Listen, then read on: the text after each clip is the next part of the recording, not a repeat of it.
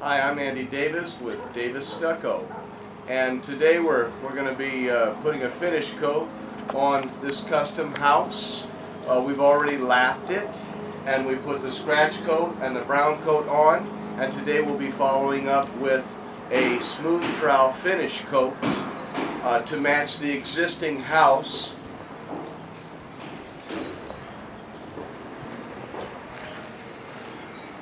And it's basically a simple process that just takes some skill and some craftsmanship at this point, especially to match this texture, because it is a smooth trowel.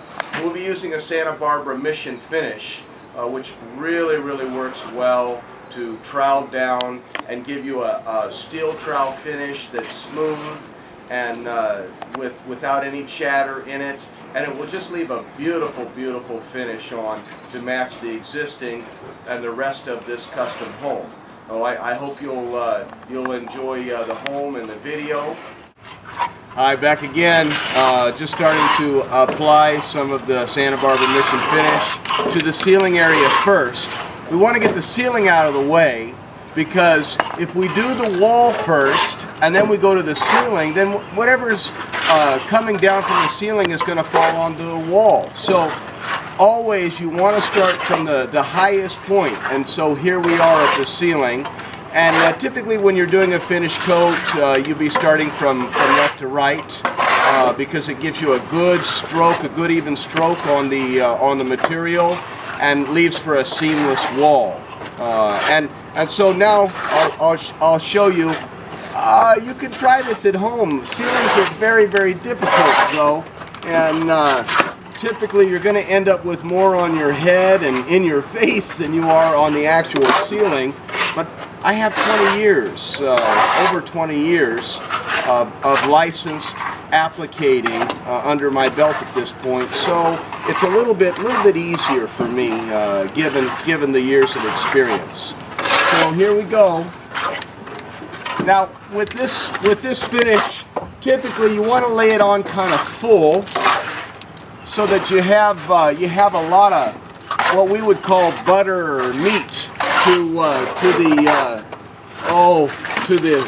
in this case to the ceiling, so that when you come back you have something to trowel, and then you can leave a very smooth finish, as opposed to trying to put it on too tightly and then not really having any material to be able to trowel off and leave that really nice smooth finish that we're looking for on this particular job. Now I've got I'll do just a little section here, and then we'll come back later and I'll re-trowel it one more time, just to leave it just as smooth as can be, so that when it's finished it just looks beautiful. Okay, so now we've got first base down on the ceiling area, and it's pretty full, and I'm starting now to trowel it down, to trowel out the lines. It started to take up just a little bit, just enough so that now I can go back and I can take the material down, start to take out all the lines, and just really leave a nice finish, and then fill where I need to fill. If there's any little light spots, like here along the light, it needs just a little bit more, so I'll put just a little bit more here to fill in a light spot, and just really make the finish nice at this point. And then as soon as I get this done, then I'll start the wall here right behind it, and I'll take from corner to corner and take the wall down all the way down to the bottom, so as to not to leave a joint in the middle of the wall. And typically that's always how you want to do a wall. You want to it's like you almost want to map out the house and go from corner to corner, and pick your areas. Typically you want to look at where the sun's coming up, and it's nice if you can to start on a shady wall and then take the house around in the shade as you go, because it allows the material to cure out a little bit slower, so it hydrates a lot less, and then there's less cracking involved, as opposed to if you're right in the dead sun all day long, the material's hydrating very quickly, and the water's evaporating out so fast that the material shrinks, and then you start to get some hairline cracks. If you can navigate the house that way, it just leaves for a much nicer finish when you're all completed with the job, and less cracks too. Now we've started the wall areas, as you can see, and this is getting the base down of the Santa Barbara, and that's the finished material. And you can see some of the lines here. And after the material takes up a little bit, again, as I've already explained, we'll come back and we'll retool and we'll still trowel the lines down to make that surface perfectly smooth. Now, before we do an area, we always take a hose and we'll wet the wall down. It's for two purposes.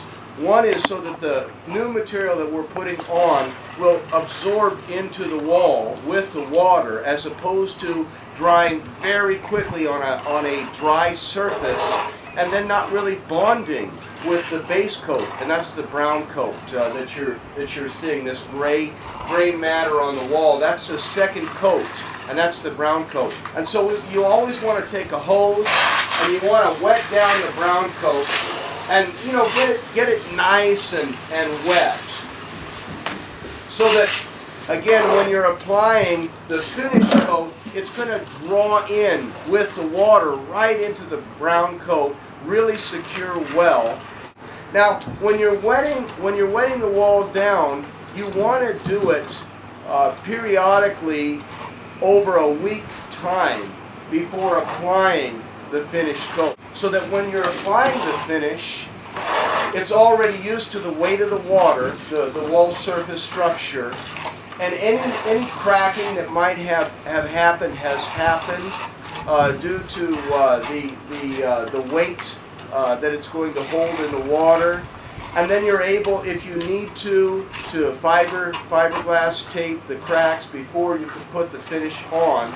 And you have a good idea of where your problems are going to be, where your cracking is going to be. The building's had an opportunity to move and really expand and contract, because it will do that with the water. As the water goes on, it kind of shrinks the material down, because it's a porous material. And it'll shrink it up, and then as the sun comes on it, it'll expand it out. And so you want all of this to take place before you're putting the finish coat on, so that today, while I'm wetting down the wall, it's already used to this. It's used to this process of expanding and contracting, and so it's not going to continue to crack at this point. All the cracks that are going to happen have happened, and now we'll be able to fill and address them with the finish coat.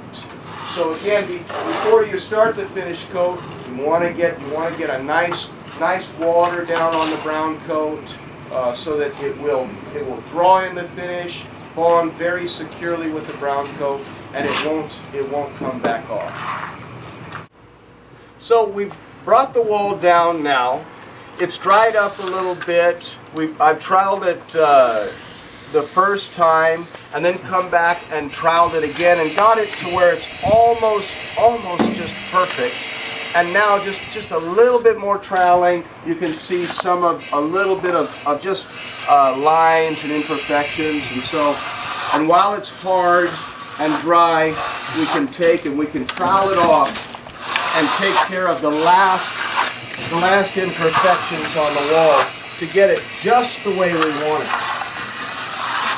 Now this particular texture, it's one of the hardest ones to do, and it takes a lot of work, because to still trowel it down and leave it smooth and get all the imperfections out, there's no texture to hide, so everything's got to be just right, and it requires that you do 2 and 3 trowelings on the wall to get it this smooth and this nice. But when you're finished with it, it's all worth it, because the wall looks great, everybody's happy. So this is the process. It's how it works. And again, my name is Andy. I'm with Davis Stucco. You can reach me at area code 510-549-9911. And please leave a message, and I'll return the call. Thank you so much. And also, if you want, you can look at my website it's davisstucco.com. That's www.davisstucco.com.